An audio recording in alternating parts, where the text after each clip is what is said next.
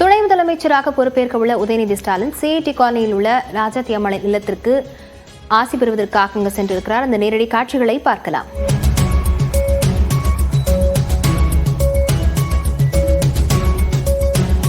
மக்களவை உறுப்பினர் கனிமொழி உதயநிதி ஸ்டாலினுக்கு சால்வை அணிவித்து வாழ்த்து தெரிவித்திருக்கிறார். அந்த காட்சிகளை பார்த்து வருகிறோம்.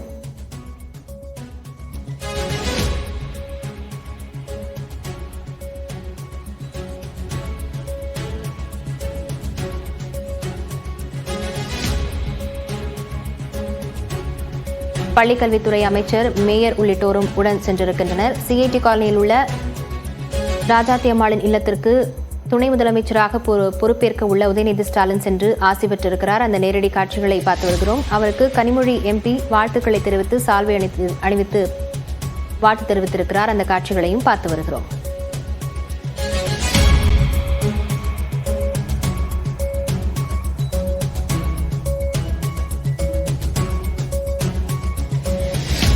முன்னதாக காலை மெரினா கடற்கரைக்கு சென்ற உதயநிதி ஸ்டாலின் கருணாநிதி நினைவிடம், அண்ணா நினைவிடத்தில் மரியாதை செய்த பிறகு தொடர்ந்து கோபாலபுரம் இல்லத்திற்கு சென்று அங்கு தயாளு அம்மாவிடம் ஆசி பெற்ற பின்னர் தற்போது சிஐடி காலனியில் உள்ள இல்லத்திற்கு சென்று அங்கு கனிமொழி எம்பியிடம் வாழ்த்து பெற்றிருக்கிறார். அந்த நேரடி காட்சிகளை பார்த்து வருகிறோம். உடன் திமுக அமைப்புச் செயலாளர் RS பாரதி, மக்களவை உறுப்பினர் ராசா உள்ளிட்டோரும் இருக்கின்றனர். இது தொடர்பான மேல் விவரங்களுடன் செய்தியாளர் தமிழரசி இணைந்திருக்கிறார். தமிழரசி, விவரங்களை பதிவு செய்யலாம்.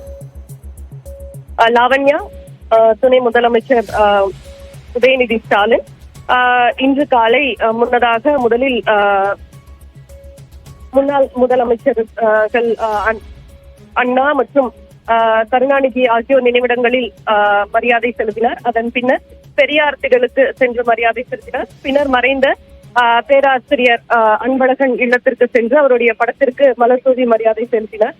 அதன் பிறகாக சிஐடி காலனியில் இருக்கக்கூடிய நாடாளுமன்ற உறுப்பினர் கனிமொழி இல்லத்திற்கு சென்று அவரிடம் வாழ்த்து பெற்றார். அதனைத் தொடர்ந்து தற்போது கோட்டூர்புரத்தில் இருக்கக்கூடிய திமுக பொதுச் செயலாளரும் அமைச்சருமான துரைமுருகன் இல்லத்திற்கு வந்து அவரை நேரில் சந்தித்து வாழ்த்து பெற்றார். இதனைத் தொடர்ந்து அடுத்தபடியாக அவர் ஆழ்வார்பேட்டையில் இருக்கக்கூடிய முதலமைச்சர் இல்லத்திற்கு சென்று வாழ்த்து பெறுகிறார். அதனைத் தொடர்ந்து அவர் குறுங்கி இல்லத்திற்கு உதயநிதி ஸ்டாலின் செல்ல இருக்கிறார். விவரங்களுக்கு நன்றி தமிழரசி.